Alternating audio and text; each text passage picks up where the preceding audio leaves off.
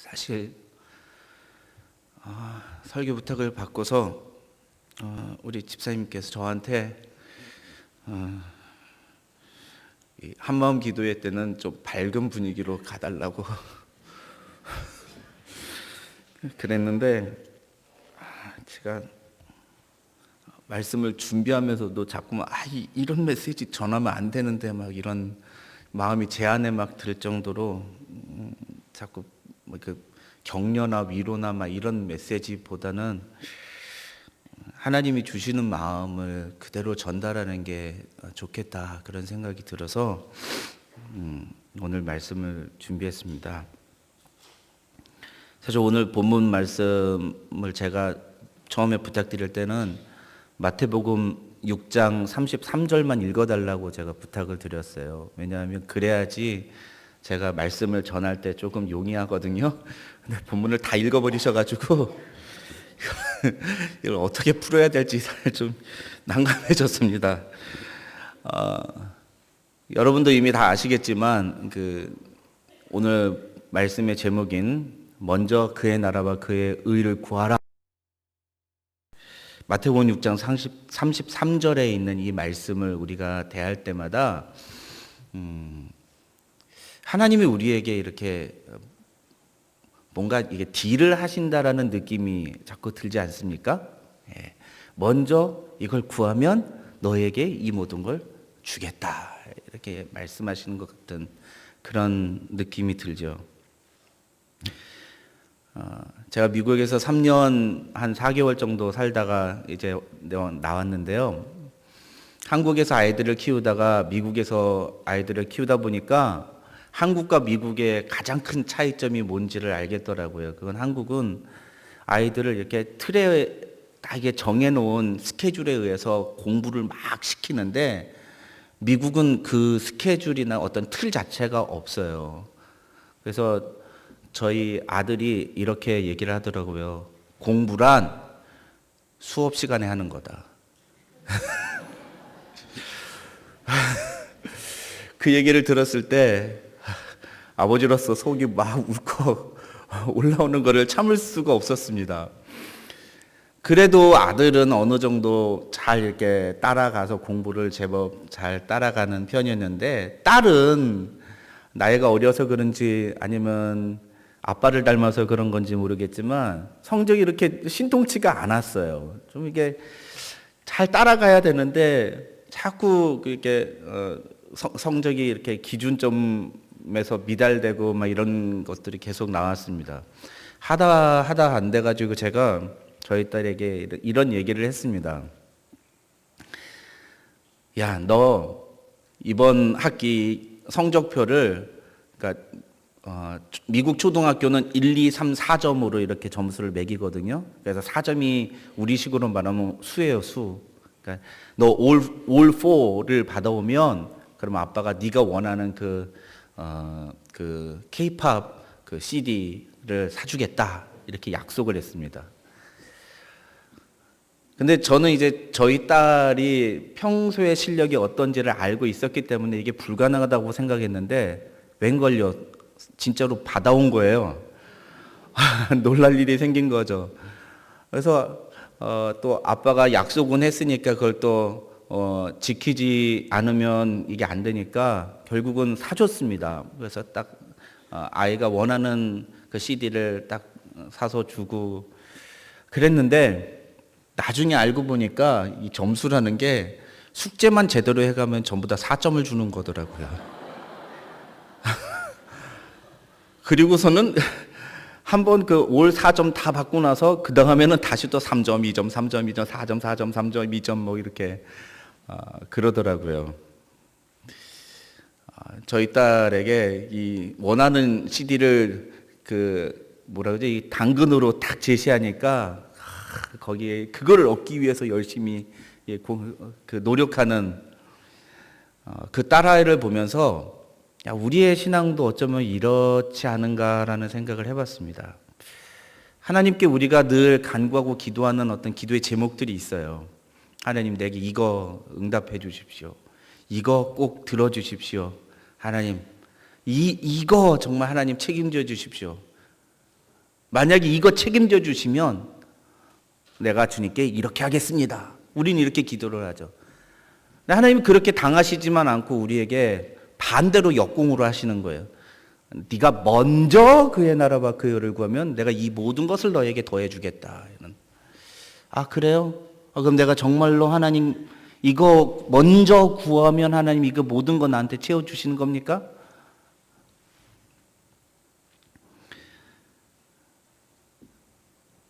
마태복음 6장 33절을 이런 식으로 이해하고 있는 사람들이 의외로 적지 않다는 것들을 제가 보게 됩니다. 하지만 이런 식의 이해는 명백히 성경을 오해하고 곡해하는 겁니다. 주님은 우리에게 그런 의미로서 이 말씀을 주신 것이 아니라는 거죠. 왜 우리가 자꾸만 이 본문을 그런 식의 구조로 이해를 하느냐 하면 어쩌면 그 성경 본문 자체가 그렇게 오해할 수밖에 없게 만드는 것 같아요. 너희는 먼저 그의 나라와 그 의를 구하라. 그리하면 이 모든 것을 너에게 더하시리라. 완전 조건인 거죠. 그리고 이 먼저라는 단어 자체가 이 헬라어로 프로톤이라는 단어인데 첫째로, 최초로, 처음에 이런 뜻을 갖고 있는 겁니다. 그러니까 최초로, 처음으로 뭐든지 첫 시작을 하나님의 나라와 의를 구해라. 그러면 내가 이 모든 것을 너에게 더해주겠다. 이렇게 이해가 되는 거죠. 아니, 좀 더 쉽게 제가 여러분께 설명을 드리겠습니다. 아까 우리 찬양을 먼저 그 나라와 의를 구하라. 그 나라와 그 의를 찬양 불렀죠? 그때 여러분은 그 찬양에서 어느 구절이 가장 마음에 와닿습니까? 먼저 그 나라와 그 의를 구하라입니까? 그리하면 이 모든 것을 너희에게 더. 그리하면 이 모든 것을 우리에게 주신다니까 그래 한번 해볼까 말까 이게 재개되는 거죠.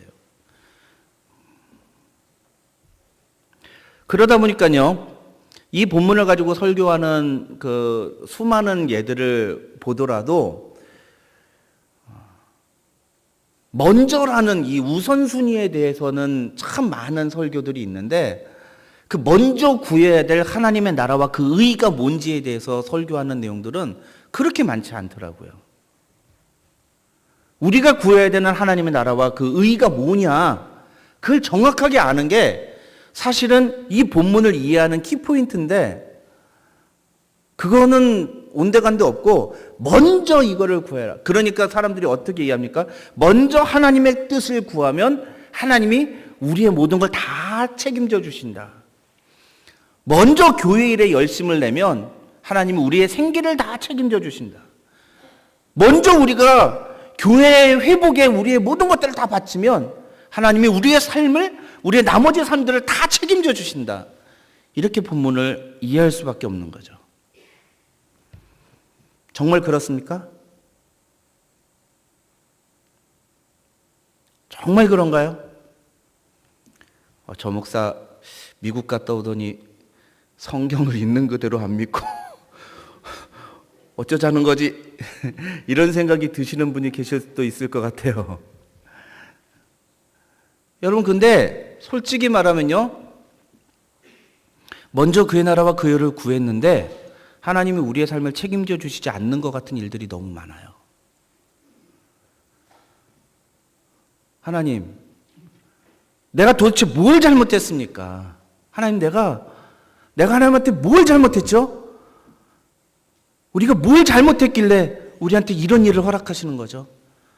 이런 탄식과 이런 원망이 저절로 나오는 그런 상황들은요, 비일비재합니다.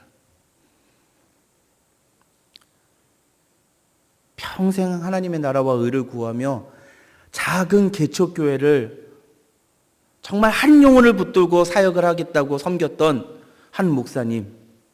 그런데 어느 날 사모님이 암에 걸려서 고생하다가 그나마 그 얼마 되지도 않는 재산, 아내 병치레 다 병원비로 다 쓰고 그렇게 목회와 아내의 병치레를 함께 하다 보니까 결국은 성도들도 떠나나가고,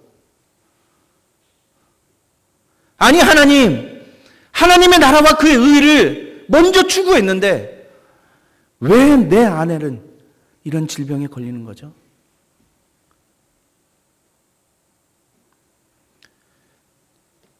이렇게 하나님 앞에 탄식하는, 그리고 울부짖는 저희 친구 목사님이 있습니다. 사실은 얼마 전에 저도 이런 기도를 드린 적이 있어요. 저희 어머니는 27살에 홀로 과부가 되셨습니다. 27 나이에 과부가 돼서 5년 동안 기도원에 가서 기도하시면서 하나님의 뜻을 구한 후에 8살 되던 저를 다시 찾아서 그때부터 여전도사의 사역을 시작하셨습니다. 그렇게 평생 주님만을 바라보고 사셨어요. 제 어릴 적에 저희 어머니는 제가 계모인 줄 알았어요. 과부의 외아들인데 저를 그렇게 내팽겨치고 다닐 수가 없었거든요. 저는 어릴 때 제일 되기 싫었던 장래 직업이 목사였습니다. 왠 줄 아세요? 목사님에게 엄마를 뺏겼다고 생각했기 때문에요. 새벽에 나가시면 밤 늦게까지 저를 혼자 두시고 교회 일 때문에 바쁘셨던 어머니.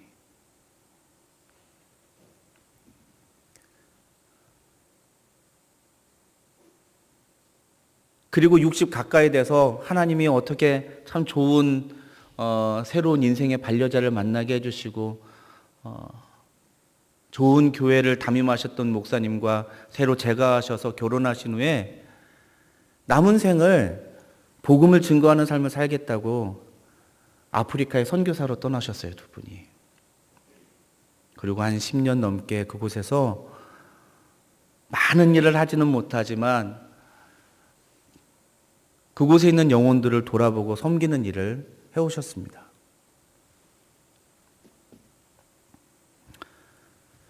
그런데 제가 한국으로 들어오기로 결정하고 난 바로 며칠 뒤에 저희 어머니로부터 소식 하나가 들려왔어요.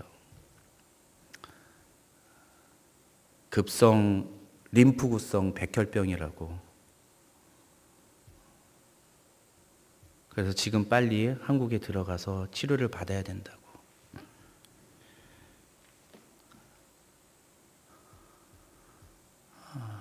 제가 인천공항에 도착하자마자 어머니가 계신 병원으로 달려갔습니다. 어머니를 직접 뵙지도 못하고 유리창 건너편에 계신 어머니의 얼굴을 뵙고 머리를 빡빡 깎으시고 힘이 하나도 없이 휠체어에 앉아 계시는 어머니의 모습을 보았습니다.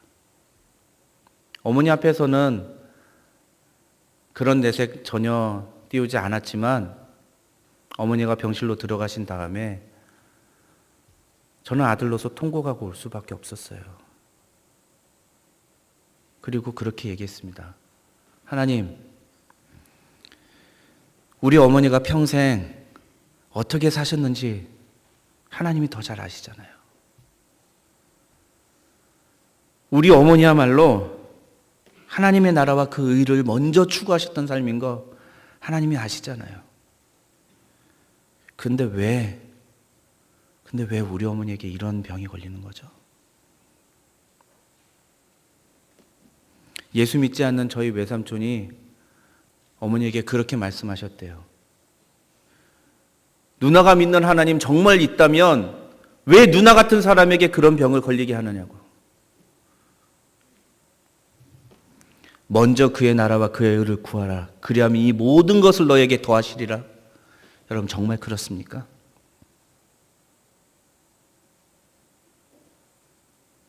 사실은 현실에서 보면 그렇지 않은 일들이 더 많아요. 나는 하나님의 나라와 의를 구한다고 했는데 하나님이 내 뒤를 책임져 주시지 않는 것 같은 절망과 막막한 상황에 빠져드는 데가 훨씬 더 많습니다.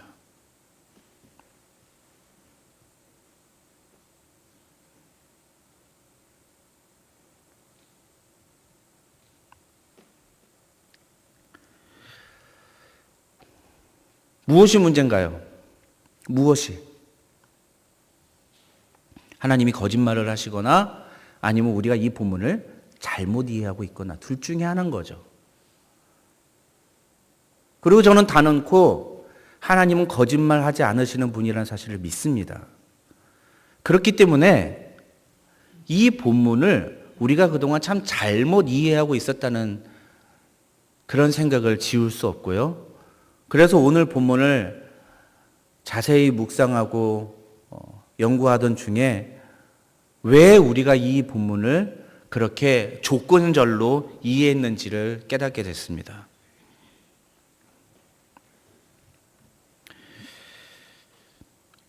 우선 이 마태복음 6장 33절에 나오는 먼저 그의 나라와 그의 의라는 것은 많은 사람들이 이해하는 것처럼 하나님의 뜻, 하나님의 계획, 하나님의 일, 이런 것으로 이해할 수 있습니다. 그것이 그렇게 틀린 해석은 아닌 거죠.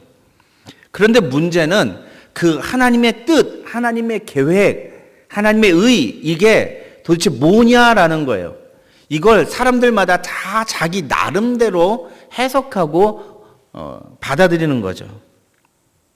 이런 일은 예수님이 이 말씀을 하시던 당시에도 있었습니다. 당시에는 어떤 일이 있었냐면 성경의 박사들이라고 하는 이 서기관과 바리새인들이 율법을 철저히 지키면 하나님의 의에 이를 수 있다고 생각해서 그 율법 준수를 목숨처럼 여겼다는 거죠. 그리고 그 율법을 지키는 삶을 타인에게 강요하고 강조하고 그걸 굉장히 중요하게 여겼습니다. 그런데 예수님이 공생애를 시작하시면서 산상수훈을 통해서 이 유대인들이 갖고 있었던 이런 율법에 대한 개념들을 다 뒤집어 놓기 시작하십니다. 그 내용이 오늘 우리가 읽은 본문 말씀이 속해 있는 바로 산상수훈의 내용이에요. 너희가 알고 있는 율법, 너희가 알고 있는 하나님의 의의 삶은 사실은 정말 하나님이 원하는 그 하나님의 의와 다른 것이다. 진짜 하나님 나라에 들어가는 사람은 너희가 알고 있는 그런 율법 준수를 목숨처럼 지키는 그런 삶을 사는 것이 아니라 하나님이 원하시고 하나님이 정말로 요구하시는 세상 일반적인 사람들이 알고 있는 인식과는 차원이 다른 어쩌면 그것과 정반대의 삶을 살아야 된다. 예수님은 산상수훈을 통해서 그걸 말씀해 주셨습니다. 그런 것처럼 오늘 이 시대에도 그의 나라와 그의 의에 대해서 우리 각자가 다 자기 나름대로 해석을 하다 보니까 성경이 정말 우리에게 요구하는 그의 나라와 그의 의의 모습이 무엇인가가 희미해져 버리고 어쩌면 그것과 먼 종교 생활이 우리에게 남아있는 그런 현실이 되어버렸습니다. 가령 예를 들면 먼저 그의 나라와 그의 의를 구하라 라고 할 때 그의 나라와 그의 의를 마치 교회 일을 열심히 하면 혹은 조금 더 차원 높게 나아간다면은 자기의 삶의 목표나 계획보다는 하나님의 부르심에 선교사로 부르심에 먼저 헌신을 하는 것. 이런 수준으로 이렇게 우리가 이 본문을 오해하고 있는 것이죠. 교회 생활 열심히 하고 헌금 많이 하고 목사님 말씀에 순종 잘하면 그게 하나님의 나라와 의를 먼저 추구하는 삶인 것으로 착각하는 겁니다. 그러나 예수님께서는 산상수훈을 통해서 하나님의 나라에 들어가는 사람들이 지켜야 될 그 의의 표준이 무엇인가를 분명하게 말씀하셨습니다. 그리고 그 중에 하나가 오늘 우리가 읽은 마태복음 6장 19절부터 34절까지의 말씀입니다. 여러분, 이 마태복음 6장 19절부터 34절까지의 말씀의 핵심 구절이 어디냐라고 한다면 많은 분들이 의견이 다르겠지만 저는 단언코 24절을 꼽습니다. 24절 한번 다 같이 읽어볼까요? 24절 시작. 한 사람이 두 주인을 섬기지 못할 것이니 혹 이를 미워하고 저를 사랑하거나 혹 이를 중히 여기고 저를 경히 여김이라. 너희가 하나님과 재물을 겸하여 섬기지 못하느니라. 이게 무슨 얘기입니까?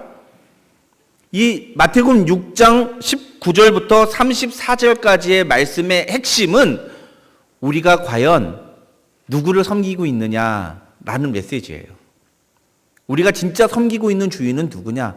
우리 안에 있는 주인이 누구냐라는 메시지인 겁니다. 그러면서 우리가 하나님과 재물을 겸하여 섬길 수 없다라고 예수님은 말씀하시는 거예요. 하나님 나라에 들어가는 사람들은 하나님과 재물을 겸하여 섬길 수 없다. 너희에게는 다른 주인이 있어서는 안 된다.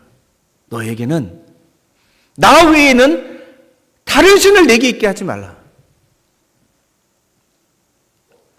그래서 오늘 본문은 하나님을 자신의 진정한 주인으로 모시고 사는 사람이라면 먼저 그의 나라와 그의 의를 구한다. 그러면 하나님이 그 모든 것을 책임져 주신다. 누가 너의 주인이냐?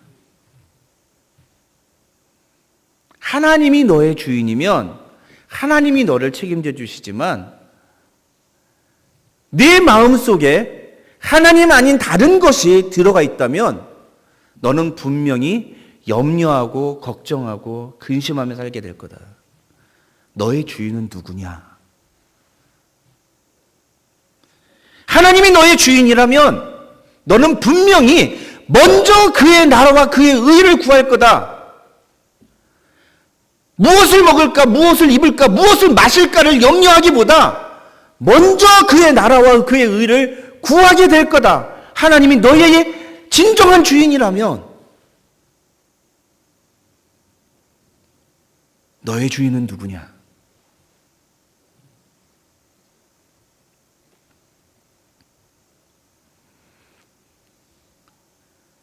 오늘 본문은 이 아주 무서운 질문을 우리에게 던져주고 있는 겁니다. 여러분, 이 질문에 대답 잘 하셔야 돼요. 여러분, 그냥 습관적으로 네, 하나님이 나의 주인입니다. 아멘이죠. 그런데 습관적으로 대답하지 마세요. 왜 그런지 아십니까? 하나님이 우리의 주인 되시면 우리에게 어떤 일이 일어나는 줄 아세요? 오늘 본문에는 하나님이 우리의 모든 것을 더하시겠다고 하셨지만 다른 본문에는 어떻게 나와 있는 줄 아십니까? 요한복음 15장 19절을 보면 이렇게 나와 있습니다. 자막에 성경 구절이 나올 텐데요. 요한복음 15장 19절을 보면 예수님께서는 우리가 세상이 아니라 하나님께 속한 자라면 세상이 우리를 미워할 것이라고 얘기했습니다. 여러분 생각 잘 하셔야 됩니다. 지금 여러분의 주인은 누구이십니까? 하나님이 여러분의 주인이라면 세상은 분명히 여러분을 미워할 겁니다. 그러면 이 세상을 살아갈 때 결코 평탄하지 않을 거예요. 여러분이 이 세상을 살아가면서 힘들고 어렵고 고난스럽고 아프고 눈물 나고 절망스러운 일들을 경험하게 될 겁니다. 왜요? 세상이 여러분을 미워하기 때문에. 세상이 여러분을 가만두지 않을 것이기 때문에.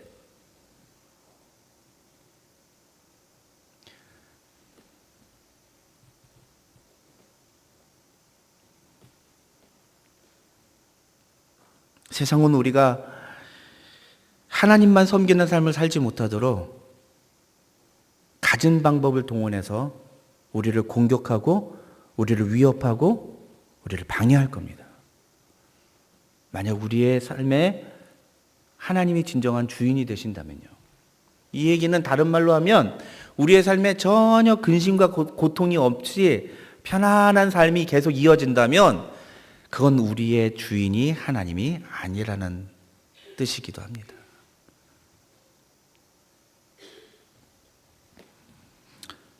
지금도 시리아와 이라크, 파키스탄과 인도 같은 곳에서는 단지 예수를 믿는다는 이유만으로 참수를 당하고 매를 맞고 피투성이가 되는 그런 순교자들이 있습니다. 심지어 그들 중에는 아주 어린아이도 있고 임산부도 있었습니다. 자신들의 삶의 주인을 하나님으로 모셨기 때문에 그들은 그런 비참한 죽음을 맞이하게 됐어요.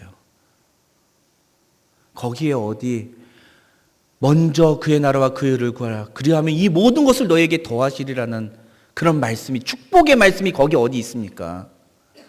이게 어떻게 축복의 말씀이에요?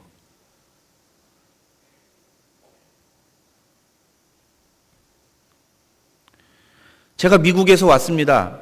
미국은 지금 동성애 이 문제로, 동성 간의 결혼 문제로 아주 심각해요.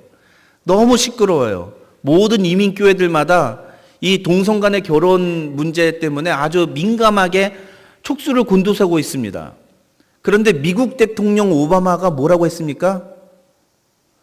동성 간의 결혼을 추진하는 미국 정부에 대해서 반대하는 보수주의 교회들은 미국 정부의 적이다 라고까지 말했어요. 하나님을 주인으로 모시면 세상은 우리를 적으로 간주합니다. 그게 하나님의 말씀이 우리에게 분명하게 선언하는 현실이에요. 여러분, 판단 잘 하셔야 됩니다. 지금 판단 잘못하면 여러분의 인생이 굉장히 곤란해질 수가 있어요. 어느 쪽을 선택하시겠습니까?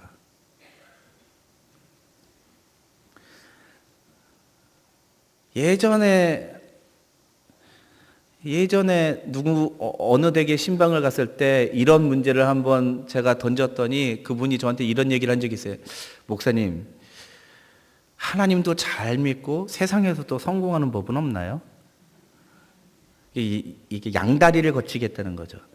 오늘 본문에 마태복음 6장 24절이 뭐라고 얘기한다고요? 너희가 두 주인을 섬기지 못하느니라.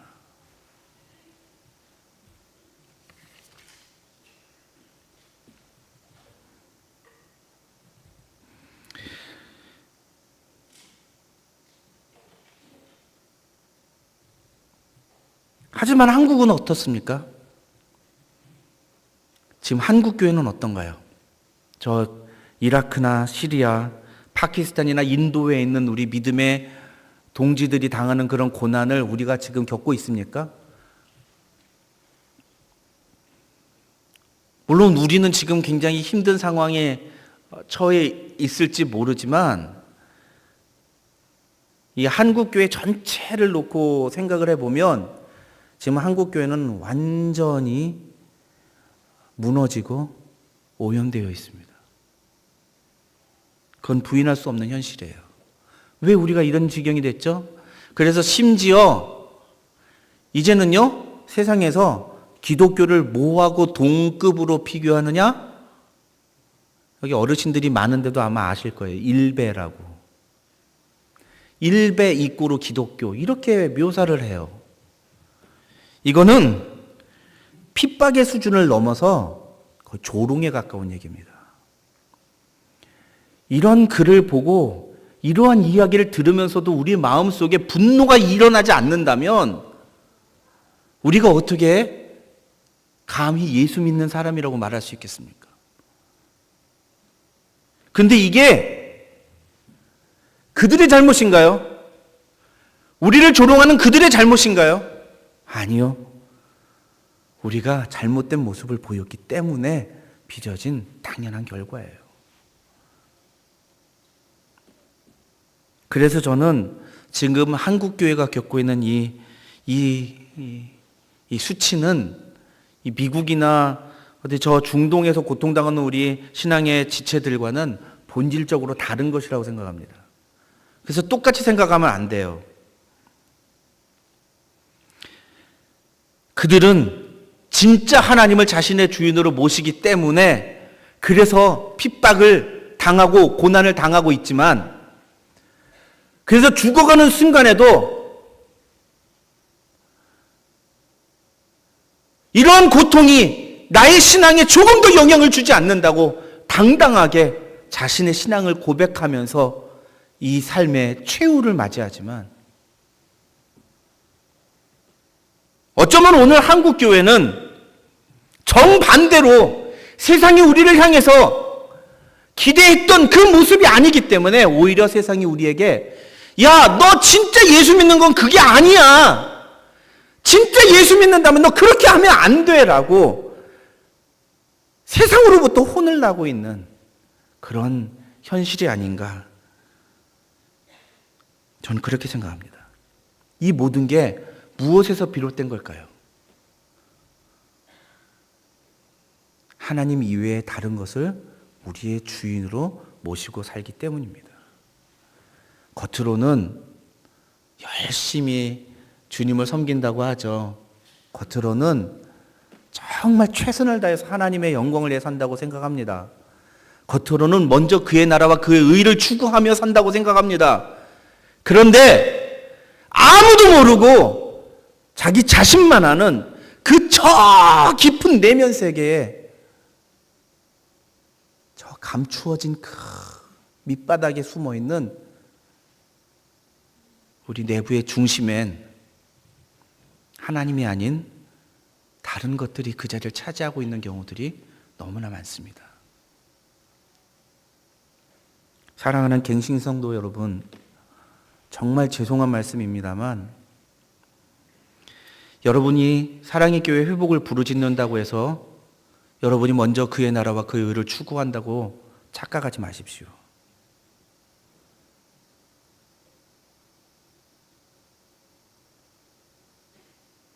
진짜는 우리의 삶을 통해 드러나게 되어 있습니다. 진짜는 우리의 모습을 통해 드러나게 되어 있습니다.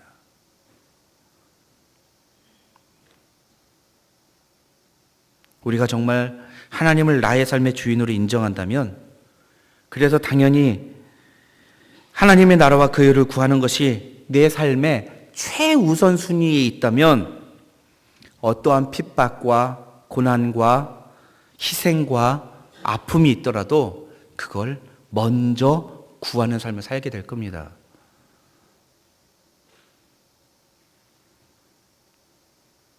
하나님의 나라와 그 의를 다른 어떤 것과 타협하지 않습니다.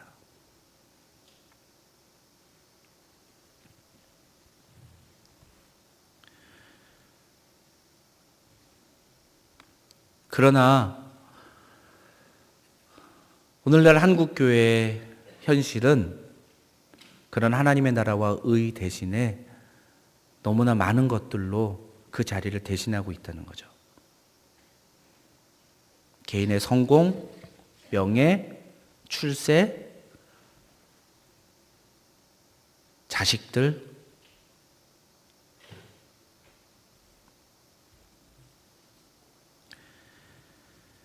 어떤 분이 저에게 그런 말씀을 하셨습니다. 지금은 교회가 분열될 때가 아니라고. 교회가 이렇게 자꾸 분열되면 전도의 문이 막 닫힌다고 그런 얘기를 하시더라고요. 그래서 제가 그분에게 그렇게 말씀을 드렸어요. 진짜 전도의 문이 닫히는 게 무엇일까 생각해 보시라고.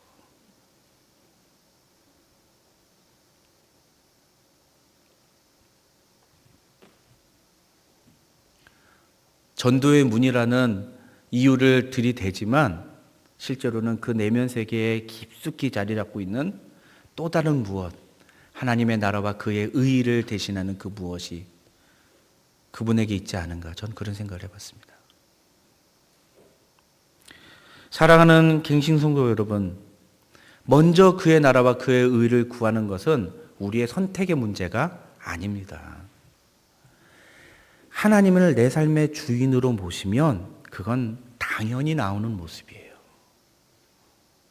하나님이 나의 삶의 진정한 주인이시라면 그건 내가 선택할 문제가 아니라 그건 당연히 그렇게 나오게 되는 결과인 것입니다. 그리고 하나님은 우리의 삶의 모든 것을 책임져 주시고 우리의 필요를 더해 주신다. 그게 오늘 마태복음 6장 33절이 우리에게 주는 약속의 말씀인 것입니다. 근데 때로는 우리의 필요한 것을 더해 주시지 않는 경우들이 있어요. 그러면 어떻게 해야 됩니까? 그러면 먼저 그의 나라 그의 의를 구하는 걸 포기해야 되나요? 아니라는 거죠. 우리의 삶에 진짜 하나님이 우리의 주인으로 앉아 계신다면 하나님이 내가 구하고 내가 필요한 모든 것을 더해 주시지 않는다 할지라도 우리는 먼저 그의 나라와 그의 의를 구하게 됩니다. 구해야 합니다. 그게 하나님을 주인으로 모시는 사람, 예수 그리스도의 제자의 참된 모습입니다. 여러분, 그 길은 결코 쉽지 않습니다. 그건 굉장히 힘든 일이에요. 저는 이 먼저 그의 나라와 그의 의를 구하는 모습을 성경에서 다윗처럼 제대로 보여주는 사람, 우리가 잘 아는 다윗의 장면이 나옵니다. 여러분, 그 다윗과 골리앗이 전쟁을 할 때에 골리앗의 그 모습이 어느 정도인지 아십니까? 골리앗의 키가 약 2m 70에 달합니다. 2m 70. 제가 미국에서 제가 이 다윗과 골리앗 설교를 하면서요, 제 키를 가지고 한번 이렇게 골리앗 키를 비교한 적이 있어요. 그래서 골리앗의 키가 2m 70이고 제 키가 170이다 그랬더니 많은 분들이 목사님 키가 정말로 170인가요? 그러면서 막 이렇게 수근수근 되더라고요. 그러면서 목사가 강단에서 거짓말을 하면 안 된다고 이런 얘기를 하시더라고요. 제가 진짜 거짓말 아니고요. 제가 섬기던 교회를 떠나올 때 맨 마지막 설교 때 그 해명하고 나왔어요. 다시 재보니까 제 키가 168이더라고. 해명하고 나왔어요. 어찌됐건 간에 저보다 1m는 더 위에 있는 사람이 서 있다고 생각해 보십시오. 그 사람이 입은 갑옷은요, 자그마치 60kg짜리예요. 웬만한 여성의 몸무게 하나의 갑옷을 입고 있는 거죠. 그가 들고 있는 창의 날만 7kg짜리예요. 이 7kg짜리를 훅 하고 휘두른다고 생각해 보십시오. 그냥 사람 몸에 닿기만 해도 그건 사망입니다. 두동강 나는 거예요. 어마어마한 무기인 거죠. 그러니까 그런 골리앗이 앞에 서서 뭐라고 합니까? 막 조롱하는 거예요. 성경엔 그 장면에 대해서 뭐라고 묘사하고 있는지 아십니까? 사울과 이스라엘 군대가 벌벌 떨었다고 성경은 기록하고 있어요. 나중에 가셔서 사무엘상 17장 한번 잘 읽어보십시오. 그래서요, 이 골리앗이 앞에 나오면 이스라엘 백성들이 뒤로 숨었다가 골리앗이 뒤로 빠지면 이스라엘이 야 한번 싸워보자 그러면서 우와 그러면 앞으로 나갑니다. 그런데 그러면 이제 뒤에 숨어있던 골리앗이 다시 짜잔 하고 나타나면 으악 하면서 다시 또 들어가고, 전에 싸우려고 했다가 골리앗만 나오면 다시 들어가고, 싸우려고 했다가 다시 들어가고, 이거를 장장 40일 동안 반복을 하는 거예요. 아무도 싸울 기색이 없으니까 사울이 어느 정도로 이제 어떤 대책을 내놓냐. 야, 누가 나가서 저 골리앗하고 싸워서 이기면 내 나라의 절반을 주고 내 공주를 주겠다. 내 사위를 삼겠다는 거예요. 그래도 아무도 안 나가요. 왜? 뻔하니까요. 나갔단 죽음이라는 게 뻔하니까. 그건 그냥 불보듯 뻔한 게임이라는 걸 아니까요. 여러분, 우리 앞에 얼마나 거대한 골리앗이 있습니까? 누가 봐도 저건 승산 없는 게임입니다. 누가 봐도 우리의 백전백패가 너무나 분명합니다.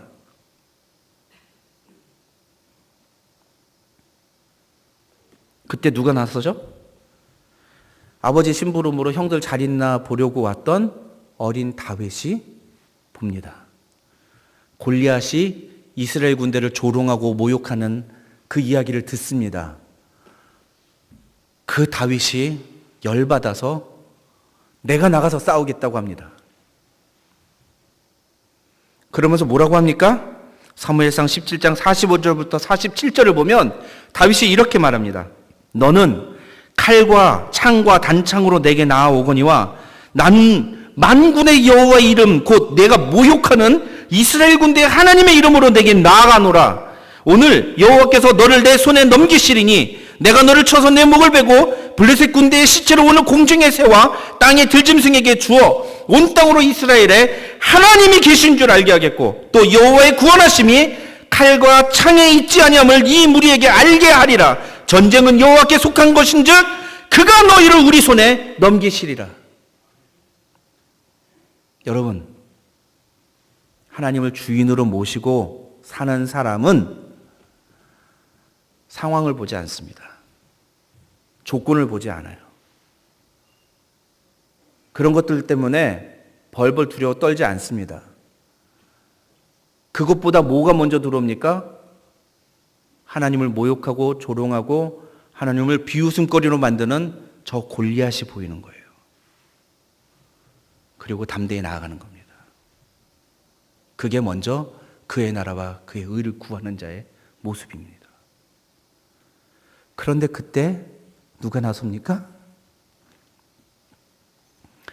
28절을 보면요, 다윗의 큰형 엘리압이 나서서 이렇게 얘기합니다. 다윗에게 노를 바라여 이르되 내가 어찌하여 이리로 왔느냐? 들에 있는 양들은 누구에게 맡겼느냐? 나는 내 교만과 내 마음의 완악함을 아노니 내가 전쟁을 구경하러 왔노라. 쉽게 말하면 뭐죠? 야, 네가 전쟁이 장난인 줄 알아? 까불지 말고 네가 무슨 어디서 교만하게 말이야. 형들도 지금 못하고 있는데 말이야. 조용히 하네. 누르는 거죠. 제가 오늘 여기 와서 말씀을 전한다니까 딱 두 종류예요. 말 안 해도 아시겠죠? 네. 오죽하면 제가 미국에서 페이스북에 글 하나 썼더니 어떤 분께서 열성적으로 저에게 미국까지 전화를 주셔가지고요. 얼마나 감사한지. 사랑의 교회 성도시라고.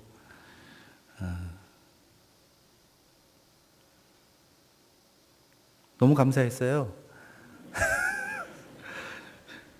그렇게 관심을 가져주시고. 그래서 제 글을 읽어보셨냐고 그랬더니 안 읽어보셨대요. 근데 제 글을 안 읽어보셨는데 왜 누가 그러더라고 그러다.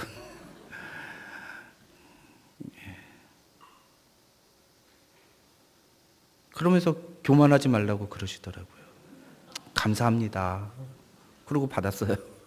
알겠습니다.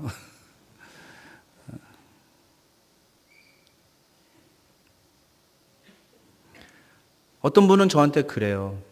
박 목사, 자꾸 그렇게 사랑의 교회에 대한 관심을 꺼. 박 목사 자꾸 그러면 어디 청빙도 못해. 어디 못 나가.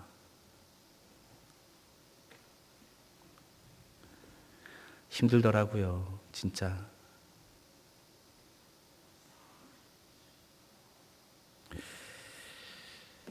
하지만 우리는 하나님을 나의 주인으로 모시기 때문에 먼저 그의 나라와 그의 의를 구하는 삶을 살아야 됩니다. 하나님이 내 삶을 책임지시든 책임지시지 않든 그건 중요한 게 아니에요. 책임져 주시면 감사한 거고, 그리 아니하실지라도 우리는 그런 삶을 살아야 돼요. 왜요? 그분이 우리의 주인이시니까. 그분이 우리의 주인이시니까. 그분이 조롱당하고 그분이 모욕당하고 있는데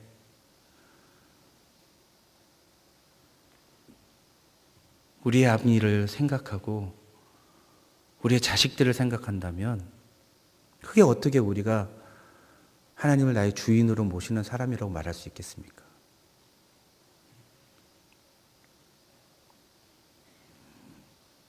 그렇다고 뭐 이렇게 막 이렇게 앞에 나서서 얘기 안 한다고 막 욕하지 마십시오. 여러분 용납하셔야 돼요. 이해해 주셔야 돼요. 다 우리는 연약합니다.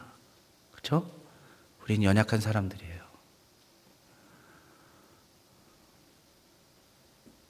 우리가 남 얘기하실 필요 없어요. 내가.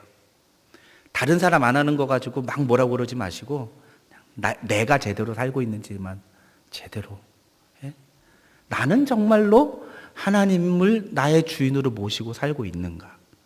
나는 정말로 하나님을 나의 주인으로 모시고 살고 있는가? 그래서 내 삶 속에서 먼저 그분의 나라와 그의 의를 구하며 살고 있는가? 그걸 돌아보는 우리 모두가 되기를 바랍니다. 말씀을 맺겠습니다. 먼저 그의 나라와 그의 의를 구하는 삶을 산다면 우리는 수도 없이 눈물을 흘리며 씨를 뿌리러 나가야 됩니다. 이 지겨운 시간들이, 이 고통스러운 시간이 언제 끝날지 모르지만 눈물을 흘리며 오늘도 씨를 뿌리러 나가야 됩니다. 그게 하나님의 나라와 그의 의를 구하는 삶입니다. 하나님이 우리의 삶을 책임져 주시고 우리에게 많은 것으로 보상해 주시면 감사하겠지만 설령 그런 일이 일어나지 않고 오히려 더 힘들고 어렵고 아프고 고통스러운 순간이 내게 더 이어진다 할지라도 우리는 울며 씨를 뿌리러 나가야 됩니다. 하나님의 나라와 그의 의를 추구해야 됩니다. 그것이 주님이 오늘 우리에게 기대하시는 제자의 모습입니다. 사랑하는 갱신성도 여러분, 매일의 삶 속에서 하나님의 뜻을 구하며 하나님의 나라를 구하며 하나님의 말씀대로 순종하고 그렇게 우리의 삶을 살아가는 우리 모두가 되기를 주님의 이름으로 축원합니다. 우리 시간에 함께 같이 찬양 한 곡 불렀으면 좋겠습니다. 우리 오늘 눈물로 하늘의 씨앗을 심는다 찬양할 때에 여러분 가사를 좀 곱씹으면서 찬양했으면 좋겠습니다. 이 가사를 정말 생각하면서 그냥 노래가 아니라 이 찬양이, 이 가사가 정말 하나님 내가 지금 주님 앞에 드리는 나의 고백입니다. 나의 기도입니다. 이런 마음으로 이 찬양 함께 같이 부르고 같이 기도하도록 하겠습니다.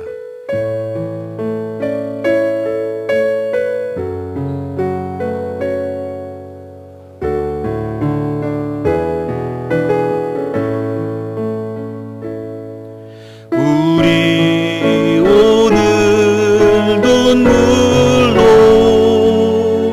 하늘의 씨앗을 심는가 꿈꿀 수 없어 무너진 가슴에 저들의 푸른 꿈 다시 돋아나도록 우리 함께 땀 흘려 소망의 길을 만든다. 내일로 가는 길을 잘 받지 못했던 저들 노래하며 달려갈 그 길, 그날에 우리 보리라. 새벽 이슬 같은 저들 일어나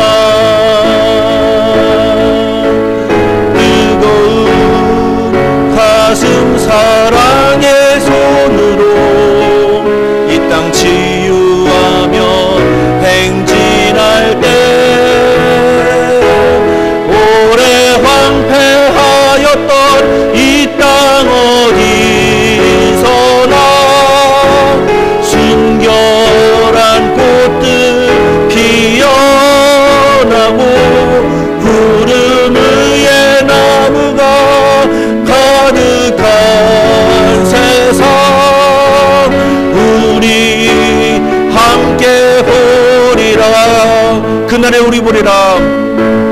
그날에 우리 보리라.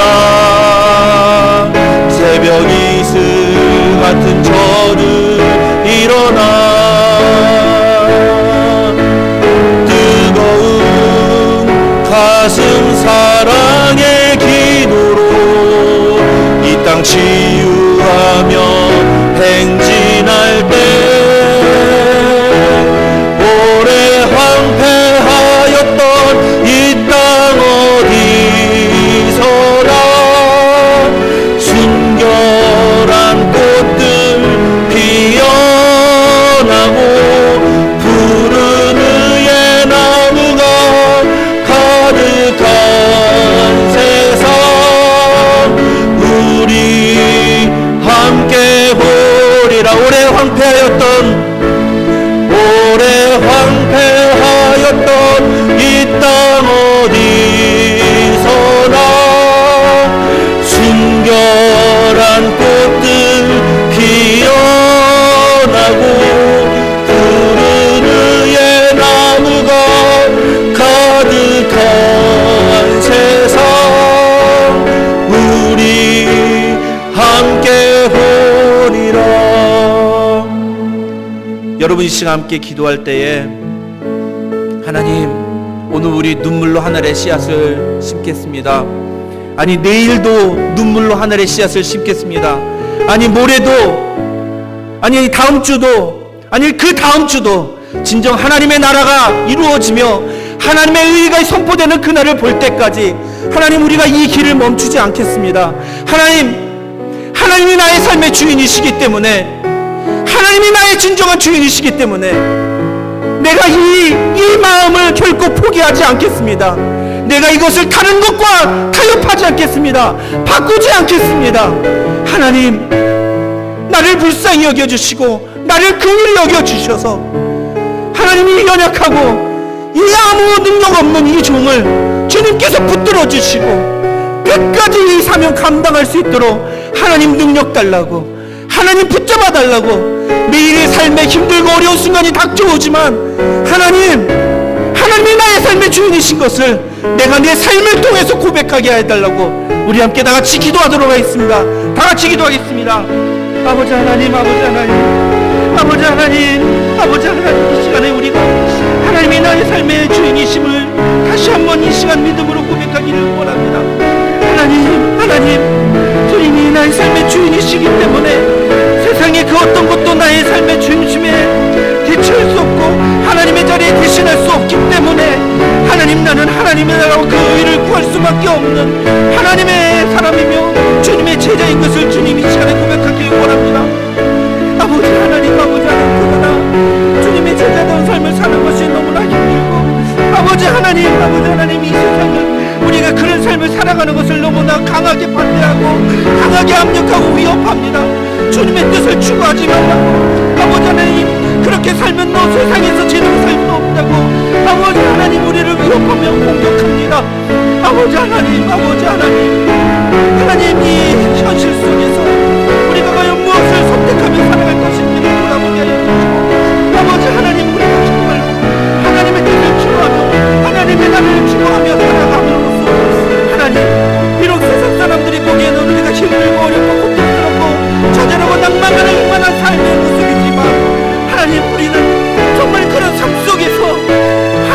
주시는 은혜 가지고 살아가게 하여 주시옵소서. 하나님이 책임져 주시는 삶을 살아가게 하여 주시옵소서. 하나님이 우리를 책임져 주시는, 하나님이 우리의 주인 되심을 우리 삶을 통해 진정해 보이는 그런 삶을 살게 하여 주시옵소서. 이 시간에 함께 다시 기도할 때에 사랑하는 성도 여러분, 우리 사랑의 교회 회복을 위해서 기도해 주시기 바랍니다. 하나님, 우리를 불쌍히 여겨 주시옵소서. 다른 사람을 탓할 필요 없습니다. 우리 자신이 하나님을 나의 주인으로 온전히 모시고 살지 못했던 것을 회개하는 회개의 기도를 드렸으면 좋겠습니다. 하나님, 내가 주님 앞에 주님의 제자다운 삶을 살지 못했기 때문에 교회가 이 모양이 되었습니다. 나의 죄악을 용서하여 주시옵소서.